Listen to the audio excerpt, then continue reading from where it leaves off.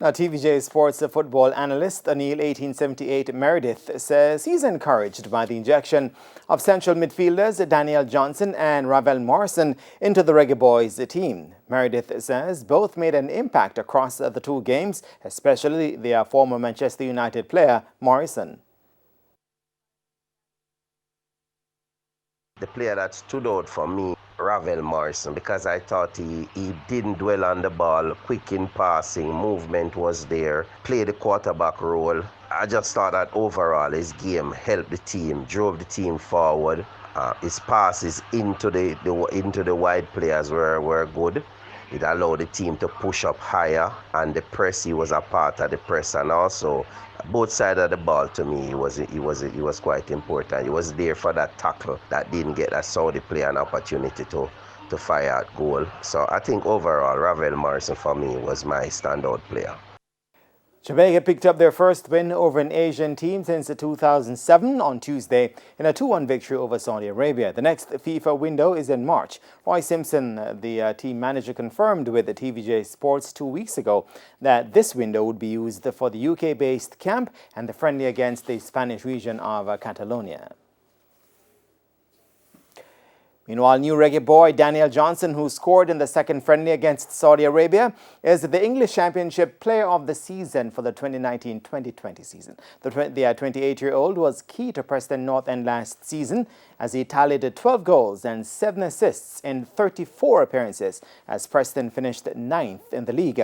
This was the attacking midfielder's best return since turning pro in 2011. His performances led to a bid from the Stephen Gerrard-led Rangers FC in the Scottish Premiership, which was rejected in the summer by Preston. Now, TVJ Sports understand that Rangers will be attempting to bring the player in January. Johnson made his debut for Jamaica on Saturday in the 3-0 defeat to Saudi Arabia.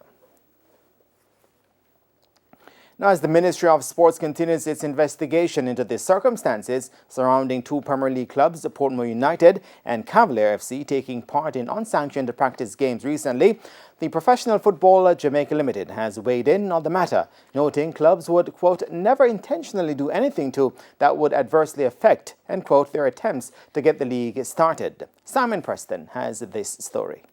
Coming out of Tuesday evening's board meeting of the Professional Football Jamaica Limited, PFJL, Director Donovan White, in responding to queries from TVJ Sports, indicated that the matter, which was brought to their attention by the Ministry of Sports last Friday, was discussed.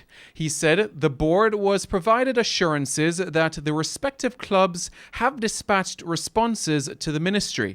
Pressed further to say whether the PFJL had any concerns with the actions of Portmore United and Cavalier FC could negatively impact talks with the Ministries of Sports and Health to get the National Premier League going before year end, White responded, quote, all 12 Premier League clubs understand what is at stake for the start of the Premier League and would never intentionally do anything that would adversely affect the outcome we seek. Seven-time Premier League champions Portmore United, in their two-page response to the Ministry of Sports on November 16, a copy of which has been obtained by TVJ Sports, stated in part that they participated in a training session with Cavalier FC on November 11 at the Santos Field.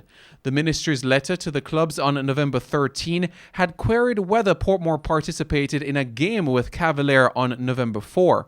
Portmore added that both teams observed the training protocols as agreed in the return to play protocols for the National Premier League previously submitted to the Ministry of Sports. The St. Catherine-based club added that as these games are a part of the training sessions for the Premier League club, it is our understanding that special approvals were not required.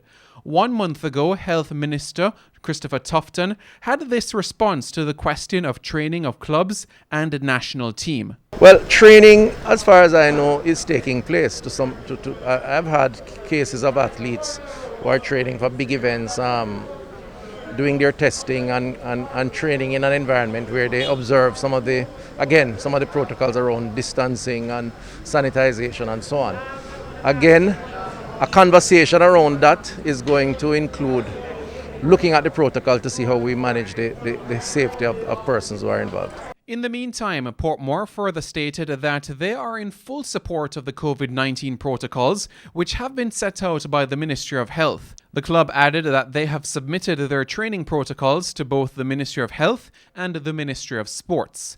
It is still unclear what sanctions, if any, could be brought against the clubs for breaching the Disaster Risk Management Act. Simon Preston reporting for TVJ Sports.